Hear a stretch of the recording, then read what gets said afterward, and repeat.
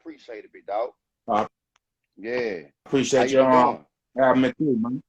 Pretty good hanging For in here, sure. staying away from that Yeah. COVID bullshit. Yeah. Yes, sir. What's Yeah, good with you? yeah, man. Man, I'm chilling, man. I've been trying to talk to you, bro. Legendary status, bro. I always want to tell you this, bro. I'm coming out the door sideways down the driveway, smoking painkiller on the real end. It stinks of a Ah, killer. Yeah, man. look, man, Yeah, you went all the way man. back with that one right there, man. You went all the way back with that one, man. Yeah, That's what's man. up. He Hey, bro. had to do that himself, man. Original CeeLo Records concentration camp, and eventually No Limit Records, the Pro Records, man. And the rest is world history, man. True life. Yes, sir. So what made you want to start rapping, And my man? mother used to read me like Dr. Seuss poems. With a Dr. Seuss, they rhyme. Anybody know about Dr. Seuss? But she was reading that before I was born, somewhere between 8 months to a year. I was able to read those Dr. Seuss books. So a natural rhymer. About 4, 5 years old, I was playing, a whole live drum set. I had an uncle that played congas and bongos in a live set. So he taught me them rudiments real young. So when you break down the word rap, they say it's rhythm and poetry. So I tell everybody I was born this way, man. You know what I mean? Just had to find my Yeah. glitch. In the 4th grade, I started really writing. I probably freestyle in 82 years before then, but 83, yeah, I said officially when I put the pad, the pen to the pad. Thanks to a poetry teacher and my aunts and and mamas, talent was always found, but everybody had a certain gift, and my auntie write me a lot of poems, so I was in poetry deep and heavy, and that just inspired and bounced off the drums, and today, here you have it, All right. Well, a lot of people know you for rapping with CeeLo and the concentration camp and things like that, but I know you've been doing Yeah, your thing way before then. Way yeah, before then. 19, Can you like I know? said, Mm-hmm. 82, 83, so that's like 37 years, Mm-hmm. I'm heading for my, Mm-hmm. next year to my 47th birthday, so that's, if you look at the numbers, that's like 9 years less than my whole life, you see what I'm saying? Yeah, so yeah, Right, all life. right. Yeah. Like the Balls of My Words was like one of the CDs that kind of went viral. Like everybody started kind of being on it. You know what I'm saying? But what was one of the first projects that you had put out?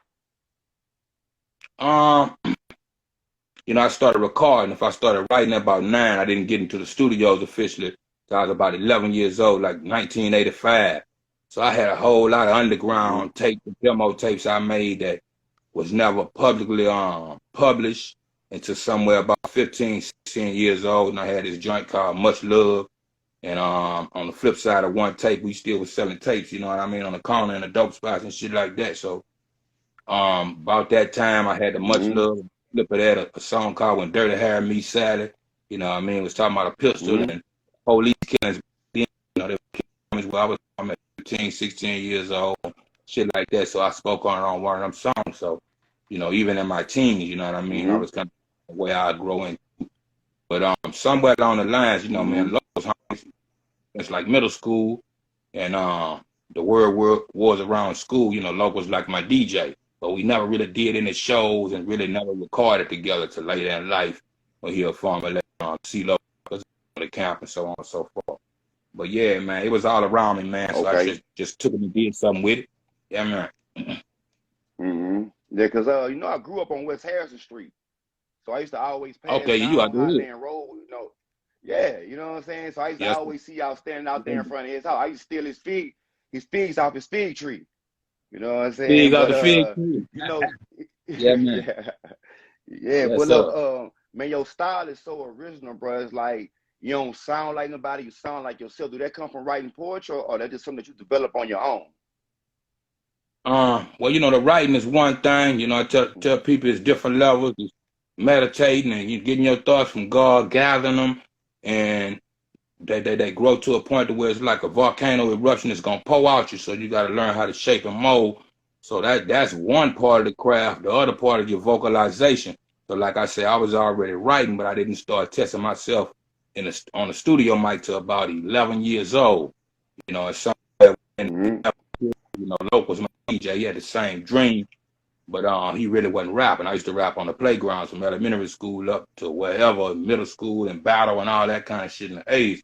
So I could freestyle, but like I said, I had to learn how to shape and mold my writings, then get used to my voice. So it's a lot of records that the world like, and I was like, I could have did this, I wanted to do that, but you get the people what they want. So I could tell you about a whole lot of trial and error. But and Mm-hmm. then opinion, everybody got their own opinion. So yeah, I had to formulate that, man, get to the point to where I got comfortable on that mic, and it's just like a boxer sparring or going to the gym for the heavyweight fight. You got to stay in that gym. So yeah, all Yeah. like yeah, level. Yeah, man. Yeah, that's real facts, man. Like when you look your name up on Google, bro, like you got over like 10, 11, 12 projects, you know? Like, Yeah, can yeah, you explain to like the young rappers these days how important it is for to stay in the studio and work on your craft and not just do a song here and there? yeah, yeah. And like we were saying, I ain't never want to be a one hit wonder or nothing. I used to always hear that young, and a lot of the way I came up in the 80s when hip hop, the late 70s into the 80s, you'll hear the New York boys, one thing that was outlawed in rap was biting, was stealing somebody else's style, his voice, and all that kind of shit. It's so all over the place now, long time from now. But I remember that you had to have your own identity.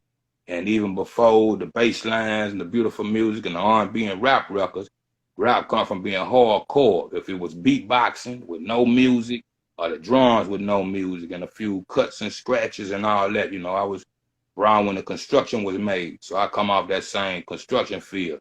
You know what I mean? Mm-hmm. A constant. So when you say that, yeah, I got so many records and feature records, throughout the world. But something you was asking me specific before I get way off the No, point. I was saying like what advice would you give artists on staying in the studio and Yeah, perfecting your craft? You know what I'm saying? Because when you look you up on Wikipedia, you got over 12, 13 projects that you done put out, yeah. plus you got unreleased music. So Yes, how is sir. it No, important for to stay in the studio and work on your craft? that important, and I was speaking a lot of what I was talking about the work ethic of that and the drive. Shouts out to my big brother from another mother, Moby Dick from No Limit. Man, Moby used to be some of the last cats when I, did work around, and go to the No Limit studios. Mo would be the last guy in there, and I'm a guy that's gonna hang out till everything is done. So we'll end up one on one having deep conversation. The one thing that a few things, but one thing in particular, he always said, man, to me that sounds simple as pie. And when I say it to you, it may sound the same, but he always say this, hey man, this rap shit easy. And I used to feel offended as a rapper, like, what you mean? This shit ain't easy, man. Said, nah, that ain't what I'm saying. He said, you gotta want it. You know what I mean? You gotta want this shit. So a lot of Right. people think they want this shit because they see that 3 5 minute videos and the little glitz and glamour.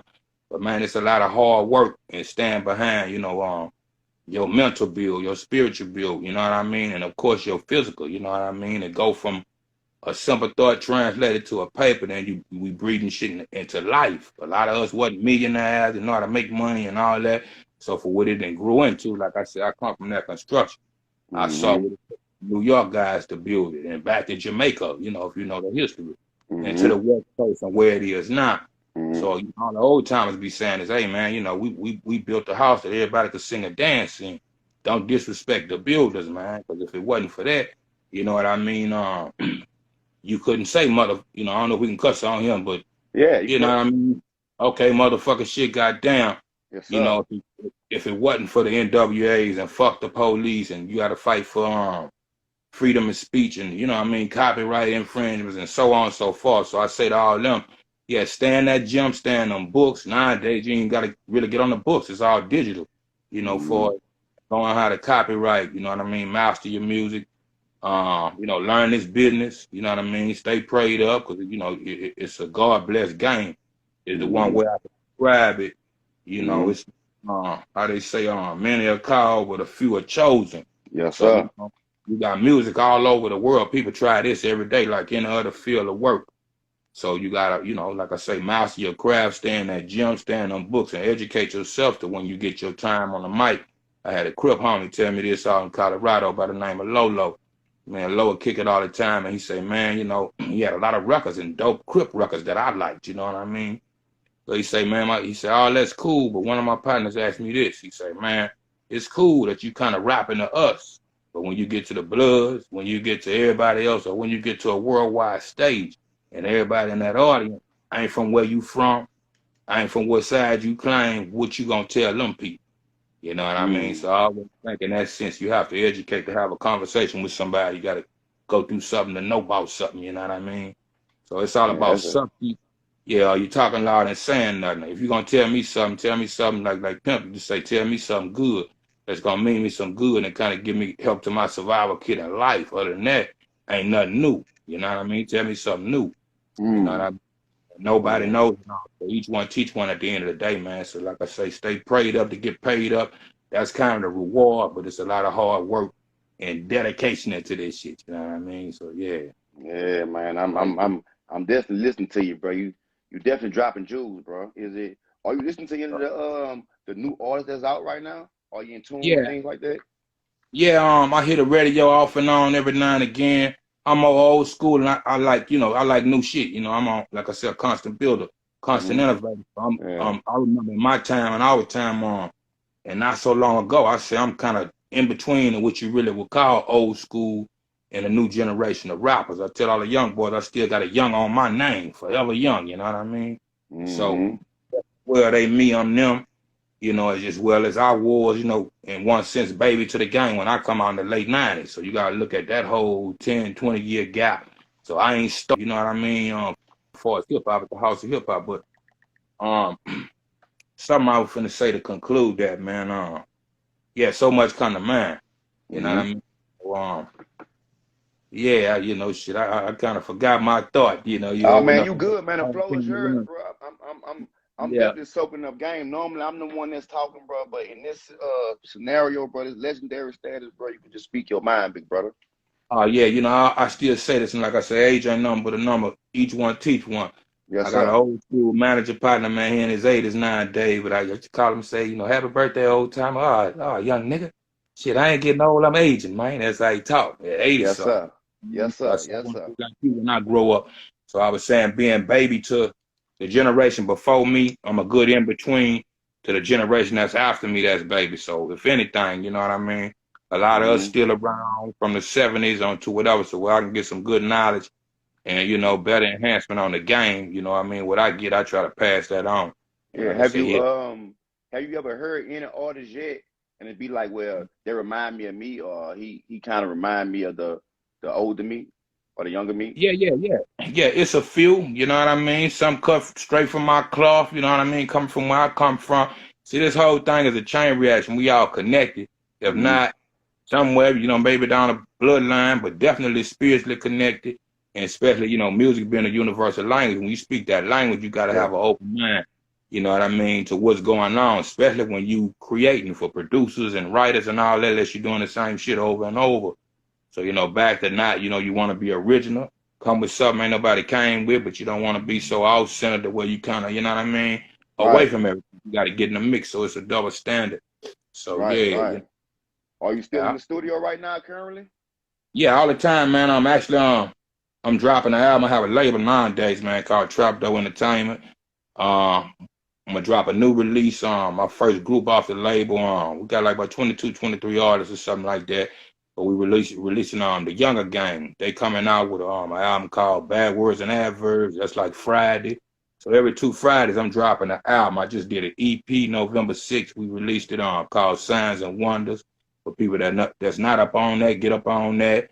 And I also got a chopped and screwed, chopped and not slapped version from OG Ron C out there in H-Town, man. So I did that twice, double plus. And what we dropped on in between, yeah, I revised the record I did some years ago with a friend of mine by the name of Freeze out of Monroe, Louisiana, and his CEO Big D, free Big D, by the way, from Big Weight Entertainment, man. We did a phenomenal record called Off the Curb. So, Mm. a lot of some people, you might know about that record, but Yeah, it came out 2017. yeah, really before that. Yeah, that's long before that. I want to say like '07, '08, Oh, 708? '08. Okay, That record okay, is that. Yeah, that okay, older record, but something I learned anything, music is timeless. And here again, the okay. universal language. Yeah, but Yeah. Cause I anything still that the be next bumping the person. Attention Home, man. I'm still bumping all your music. Attention Home, one of my Okay, favorite projects. Yes, sir. And okay, then like yes sir. how you spelt it was Yeah, man. was kind of unique. The Yes, attention. You know what yes I'm sir. saying? So I Uh, I caught that, bro. yeah, I call it broken English, man. Speaking how Yeah, it sound, writing how it sound. yeah, Yeah. why so many artists? Is it the process of elimination, or you just trying to give people a chance? Now, the thing is this: anybody that I was really connected to back then, we still connected. But we Okay. all grow up and out. You know, a lot of us grow into families and different things like that. You know, you keep in mind, like I say, I'm speaking from 9 years old on up. So Mm-hmm. imagine how many crews, how many rappers from my city, then throughout the country eventually, that I done ciphered with, like a New York rapper from the South trying to build this. That Mm-hmm. first level of bonding, and if we, the people connect and keeping up relationships. So at the end of the day, I ain't sour toward nobody. I had a few, if you want to call bad breaks, but it's all in trial and error. Like I said in the gym, you know, you ain't gonna just jump in the ring perfect, man. You gotta learn a few things. So that's anything you in. So I got no Mm-hmm. regrets at the end of the day.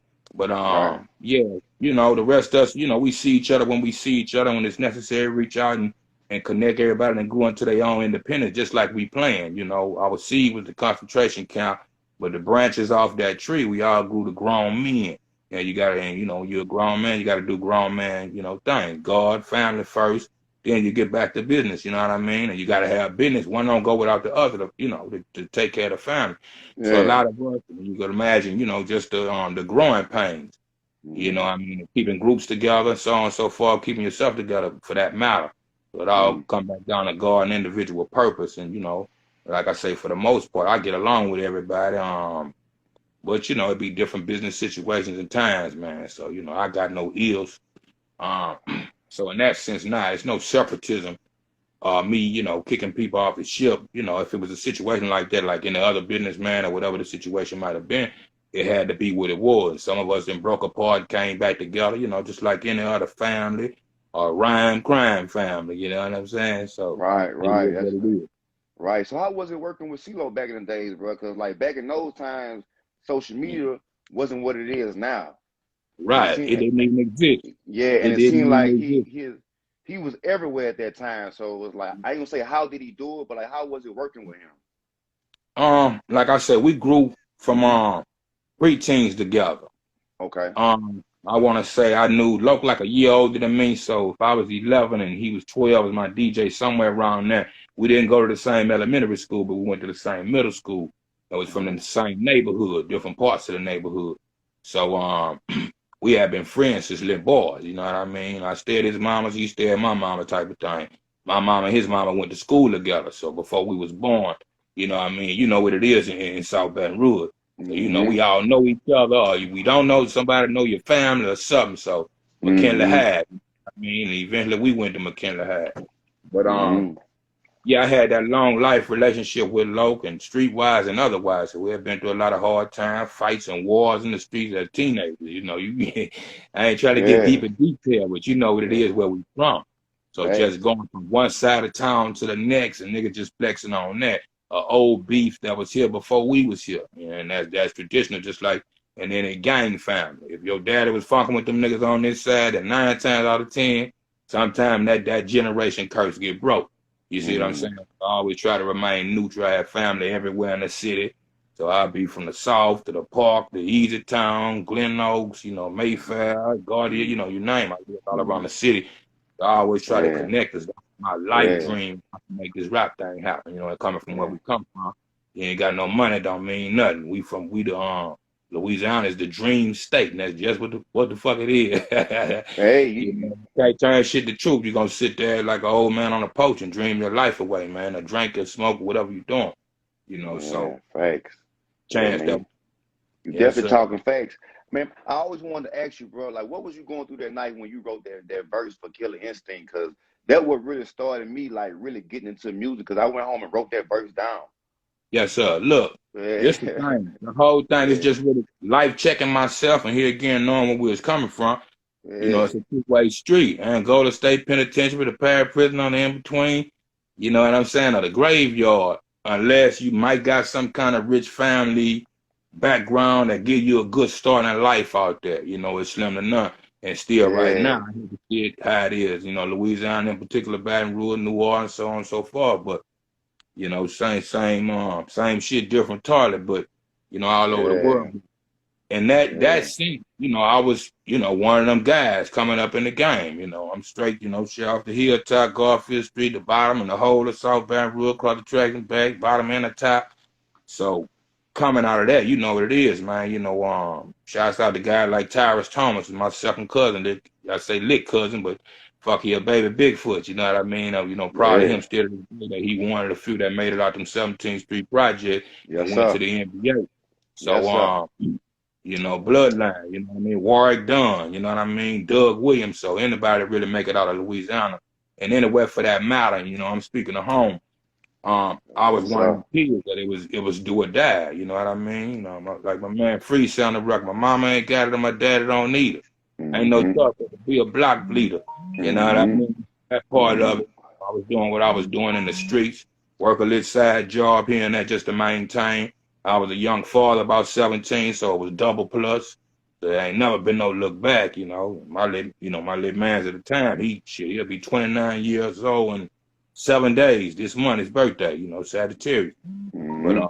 my son Tare Ramon, he my first artist on the label, and y'all get a chance to check him out. He do the hip hop and R&B, where he good on the rap shit, and he loves, he love to do his singing shit. So he got a few things Oh going on. yeah. What his Yeah, name is man. again?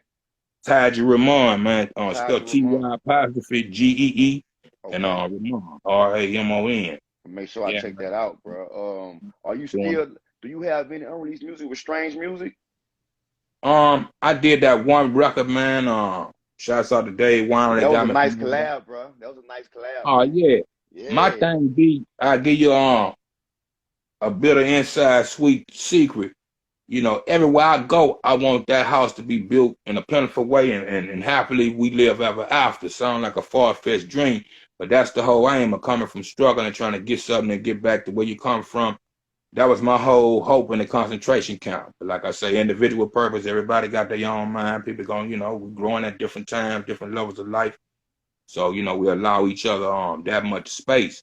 But from that to and really I breezed through No Limit. P got me my deal at Priority, but I never really was official No Limit artist. But so family in Baton Rouge, New Orleans was around each other.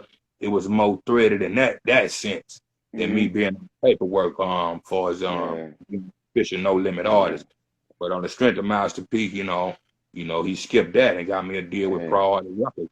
I mean, who could argue with the home of NWA and Ice Cube and all that and Sunset Strip, Sunny California, I'm trying to say, at 22 years old, man. So, time of my life, anything I wanted, anything I needed, and still to this day, you know what I mean? So that's part of my rudiments. But fast forward the tape, West Coast Mafia, trying not to miss nobody.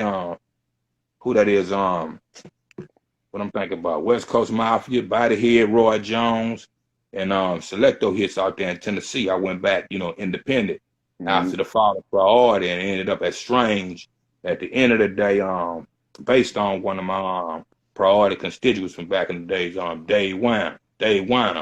So he happened to be the vice president over there at the time. So, I was in between contracts and he worked me out a situation over there. So I was really proud of around about 2 years, did that one record, did a book about the record and that type of thing. And before we could rebuttal everything, stuff just kind of shit just kind of went wishy-washy, different Oh, ways. okay. I do want to ask you, was Master P in the studio when y'all did how you do that there, or he heard it and wanted to jump on it? Yeah, Uh, yeah, that's the basis of it. You being from where we from here again, the original roots to it. mm-hmm. Really, was off the concentration camp. Really, I want to say in '96 that might have came out. So that Mm-hmm. long a record, but that's the first time we did a compilation on CeeLo Records that advertised everybody other than just it being a solo CeeLo album. After Who's Gonna Ride and Mm-hmm. whatever, then the third record was the self-titled Concentration Camp. So that was my solo joint, Then who which gonna ride? You had Thug Brothers. yeah, well, Uh, Thug Brother came a little bit later. This after, I kind of left after about the second concentration camp album. After the Holocaust, I left the camp. Me and Loke wasn't on the same page, and things were starting to fall apart. But saying that to say this, the original How You Do That was called A Fool on the concentration camp album. And it okay. came out, and we was kind of, in cahoots with P. P and Loke also had a relationship just as CEOs and connecting between here in New Orleans and everybody networking. That was more of the connection. And, me and Loke was homeboys. I was the first artist to sign the C-Loke records. And while we was building the company, all that just kind of evolved into itself. And P heard that record.